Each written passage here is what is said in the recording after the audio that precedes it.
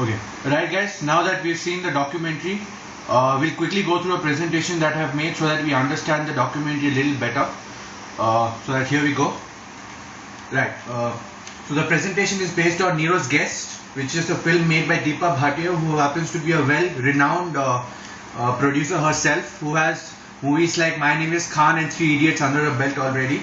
And the entire concept was based on a discussion and a survey done by Mr. P. Sainath, who happens to be an editor in the Hindustan Times. Right.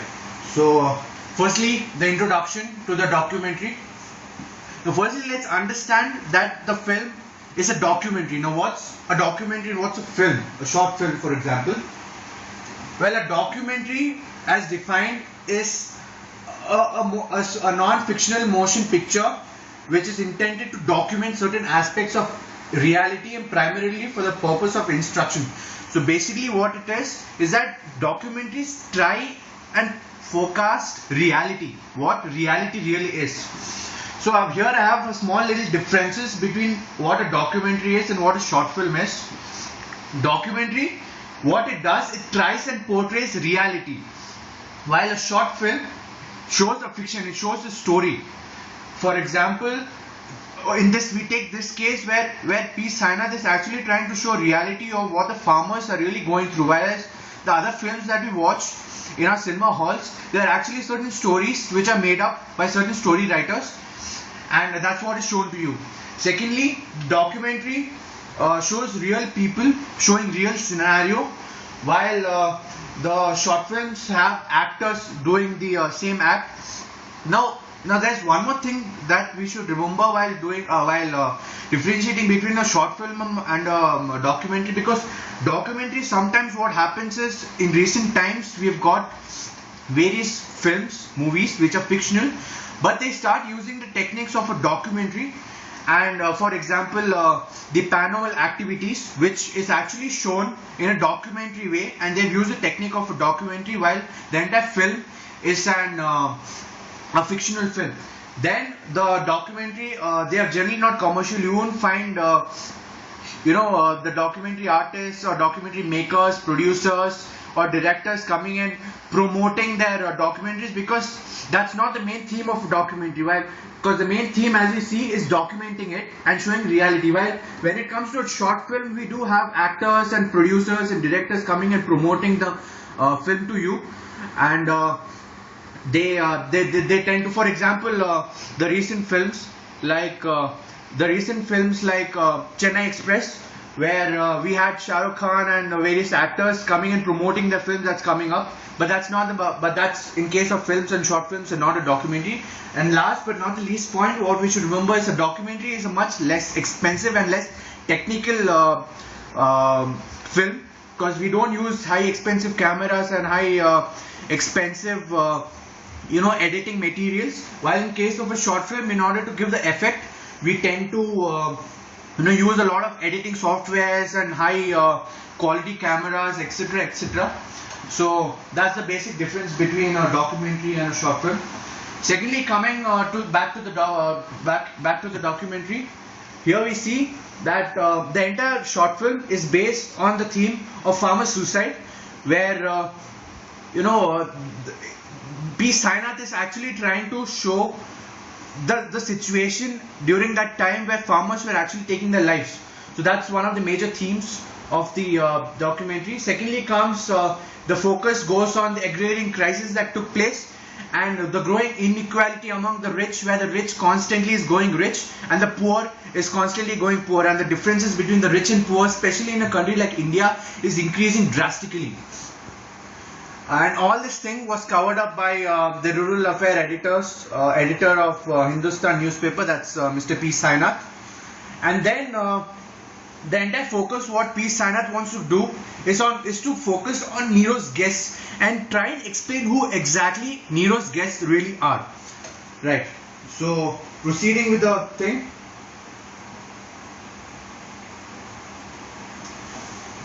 So the firstly, let's introduce ourselves to Mr. Palagomi Sainath, who gets all the credit for this particular documentary, who has put in all the efforts and all his time in order to show the reality and the truth of the farmers and the condition of the farmers in India, especially in the rural areas in Maharashtra. So P. Sainath happens to be the rural affair editor of the Hindustan Times, and he also is the winner of Raman Magsaysay award in 2007, which happens to be the most prestigious award in Asia. And so these are certain things about him you can just go through, and then we should proceed.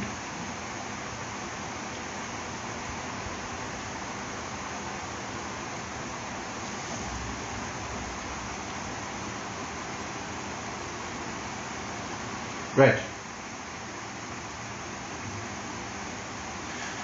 Now let's discuss a bit on what Nero's guess really is, and what Nero's guess, the myth, really is all about. So according to history and what's written in Roman history, it so happened that Rome caught fire and Rome started burning. And what happened was Nero, who was the emperor of Rome, got scared because people started thinking that Nero was the main reason why Rome caught fire and Rome was burning. For Nero was such kind of an emperor who did not care, and he also is known to be an emperor who sang while Rome burnt. So he was scared and he didn't know what to do, because people started thinking that he was the main cause behind fire. So in order to distract the people, what he planned to do was have the grandest party Rome has ever seen, and invite the most dignitary person, the most significant people of the entire town of Rome, and have a grand party at his garden. But there was one issue that came in front of Nero, and that was the lighting in the garden. For his garden was dark, and lighting wasn't enough to hold such a grand party.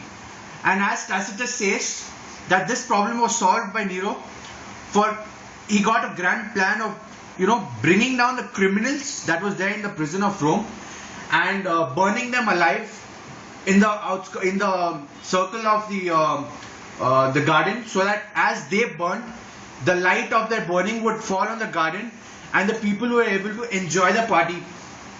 Now, what exactly Sainath is trying to say here is that it's a similar situation right now in India as well, where we are living a very happy life within our circle. That's the city life. We are having a lot of poor people in the rural areas on the outskirts, where people are taking their own lives and killing themselves just because we are able to enjoy those small little comforts that we want to experience. Right. So moving on. So the important characters in the documentary, let's focus on few important people that we need to remember from the documentary. Firstly, Mr. P. Sainath, who gets all the credit, and who because of whose work this documentary really exists. He gave in all his efforts and gave in all his hard work for this documentary to happen. So that's Mr. P. Sainath, who is a journalist. Then comes Mr. Sri Krishna Kalam, who is a farmer, I should precisely say late Sri Krishna Kalam, because he took his own life because of this particular crisis that's being shown in the documentary, and he happens to be a poet farmer. Why P. Sainath calls him so? Because he writes pretty good poetry, which we see in the documentary, where his poems are read in the background, which shows the graveness and the sadness that a farmer goes through in his life, especially during this sort of crisis. Then comes Mr. Shekhar Datta Tembre's son Vishnu. What P. Sainath tried to show from Vishnu is the plight of a member of the family where an important person has taken their own life. For example, here Vishnu's father took his own life because of the loan that he had taken, and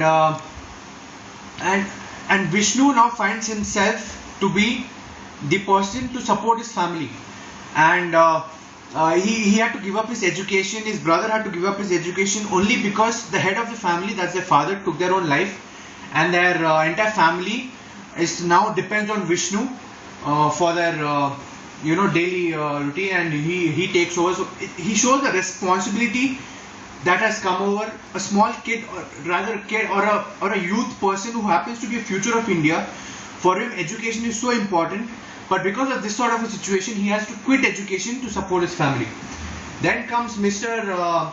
Vishweshwaraya, who happens to be the awarded the most progressive farmer during his times, who always said that farming is in our blood. He used to tell other people that never quit farming, because farming is all we know and farming is all we do. So, and this sort of a person, this sort of a strong-hearted person, took his own life in the year 2004 because of this crisis.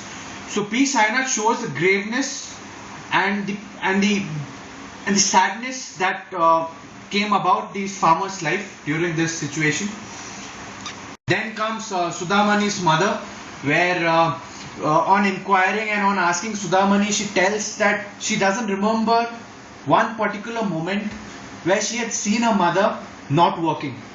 So what P. Sainath is trying to show is about the ladies in this sort of a field. What happens really is the relationship between a mother and the children never works out. I can surely tell that people who of you who have working mothers, you would really know how important a mother really is, and how important mother's love really is for you, and how much you miss your mother when she goes out to work. Now imagine in these kind of families where mothers leave early in the morning when their kids are sleeping and come back home late in the night when the kids are again sleeping. So the relationship between a mother and the children never gets to develop. And what happens? The children slowly start forgetting their mothers. Alright, so moving on. Right, the situation in Vidarbha, that's in it's a rural area district in Maharashtra, where P. Sainath visited when the Lakme Cotton Fashion Week was going on, and more than 500 is just a number that was reported. It may be more than that, but as per estimation, 500 reporters were covering that particular event, where the models there were showing the cotton garments for summer, and these same people and the same farmers who grew these cotton dresses that they were wearing were taking their own lives back there in rural areas. And on inquiring, they come to know the main reason behind this is the government policies, where the government wants the people to use fertilizers and good quality seeds and etc., so that they can have good produce of cotton. So what really happens is these farmers are basically poor.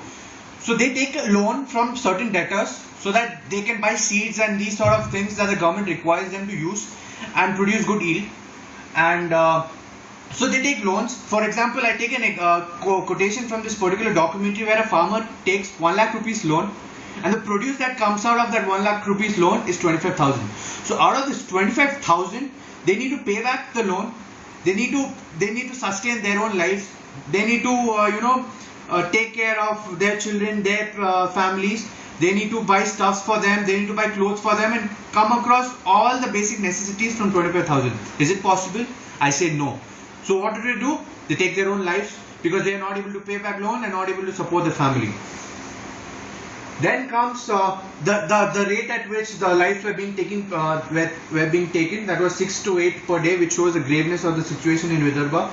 Then comes subsidies provided. So what happens? What P. Sainath says here is the subsidies, so-called subsidies that we give to these farmers are always low.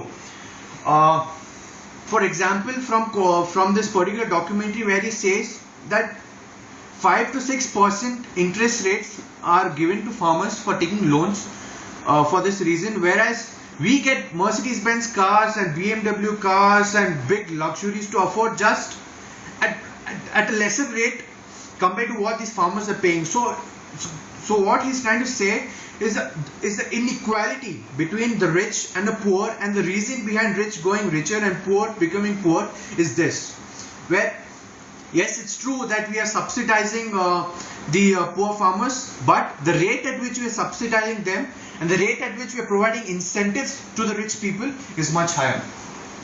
And thus, because of all these reasons, the standard of living in Vidarbha and in these sort of rural areas, not only in Vidarbha, but this happens in most sort of agricultural areas where the standard of living is really poor. Right. So moving on. Now we discuss who exactly Nero's guests are. Now what P. Sainath always says and often says here is his problem is not Nero. Because all of us know that Nero was mad and he was cruel and he was bitter and he didn't care. But his problem is Nero's guest, where he doesn't understand the humanity and the sort of thought processes that Nero's guests had, that they were able to enjoy a party and as he says, pop a fig and pop grapes into your own mouths, while people who are providing you with that facility are taking their own lives and losing out their lives just because you are able to sustain your lives and you are able to live your so-called comforts. So let me give you an example where I've given in the presentation as well. As you can note that we spend so much time visiting malls, we spend so many times while enjoying parties, we spend so much time having all this sort of fun and luxuries which we can do without. We enjoy them, and what do? We deprive those people in rural areas who are providing us with all this. We are depriving them of their basic necessities. Now if I tell you that if just because we switched on these few lights and this TV and this projector that I'm using, that a particular family in the rural area is not getting their electricity supply, would you still continue using it? Now, this sort of question is something that P. Sainath is asking all the people who are viewing this particular documentary. As I've written here, we enjoy so many facilities in cities, malls, shopping for clothes and all that, whereas people in rural areas are taking their own lives.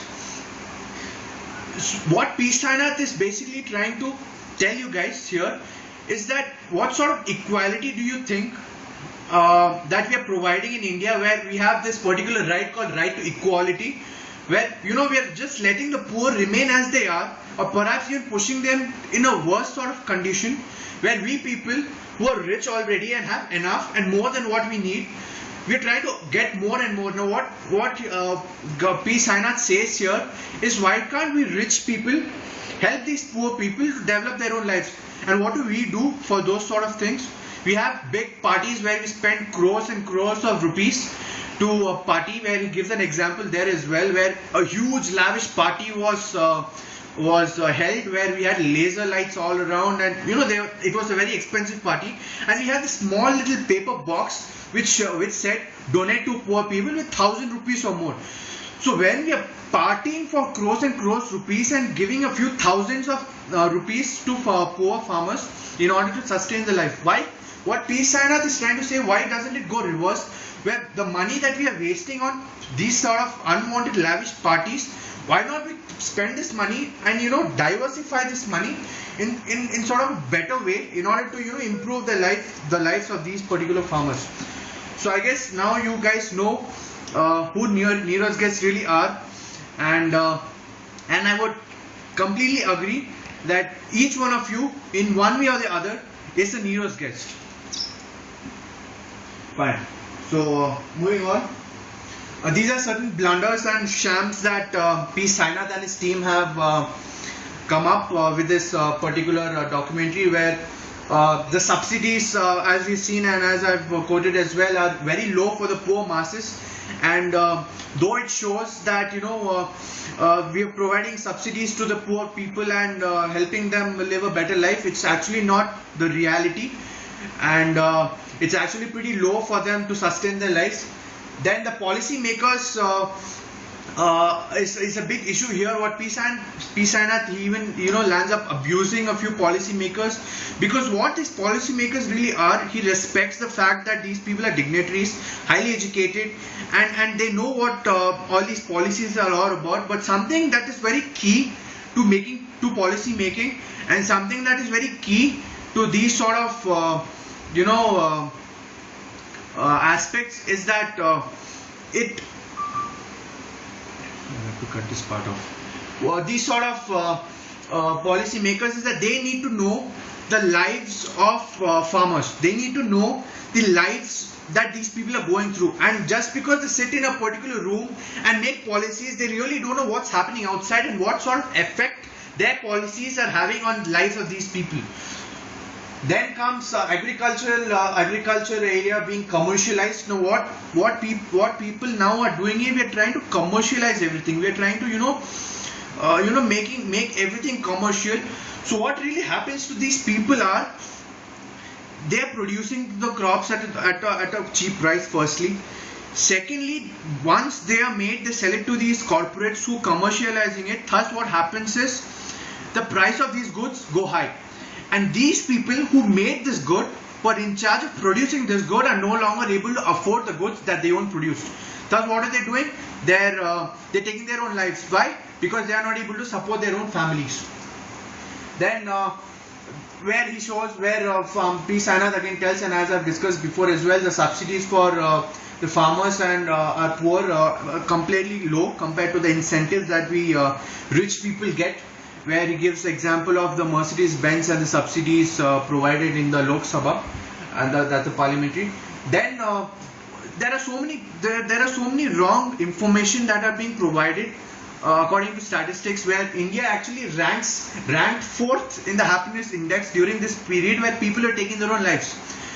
So it really shows that the entire focus and the entire statistics is always collected from the happier lot, which happens to be a minority in this particular country, where the majority, that's the rural sector, is actually crumbling, and they're sad and they're depressed, and what do? We ignore them.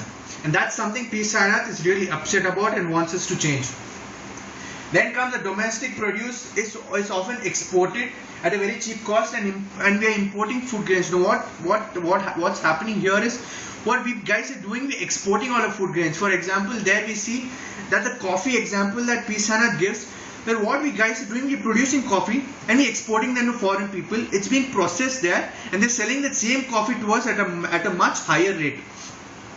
People are basically doing is we are paying more, actually we are paying highly more than what we really need to, because we are the ones producing this particular good. And ultimately what do? We'll end up paying more for our own good. And this is something that's really affecting the poor masses, because they are not able to afford their own produces. And then comes diversification. That's something all these corporate worlds are saying, that people who are not able to do agriculture, diversify yourself, go to a different sector. What P. Sainath is saying here is, these people, these farmers, the only thing that they know well is farming. Farming is in their blood. The whole family, their whole lives, their ancestors, they have been doing farming. And suddenly if you ask these people to go to a different sector altogether, what do? They're not educated, they're not literate. People are not willing to take them to do all these sort of work that we do. So these people, what do? They'll end up jobless, and in the end they take their own lives, commit suicide. Right. So these are certain achievements that P. Sainath and his team have achieved, where they were able to bring back poverty and farming on the front pages, and media suddenly started covering Vidarbha and started covering all these sort of suicides and farmer situations. And our focus slightly, at least to some extent, shifted from entertainment, infotainment, and went towards this sort of grave issues that was taking place in our own country. Then Vidarbha. Yes, so this goes along with the previous where Vidarbha was also covered.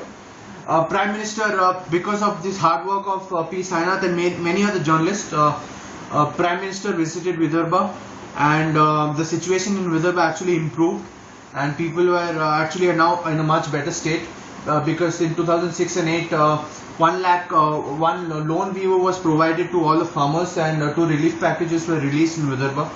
And people were made aware of the agrarian crisis, and people really came to know what agrarian crisis is all about and what the farmers in those sectors are really going through.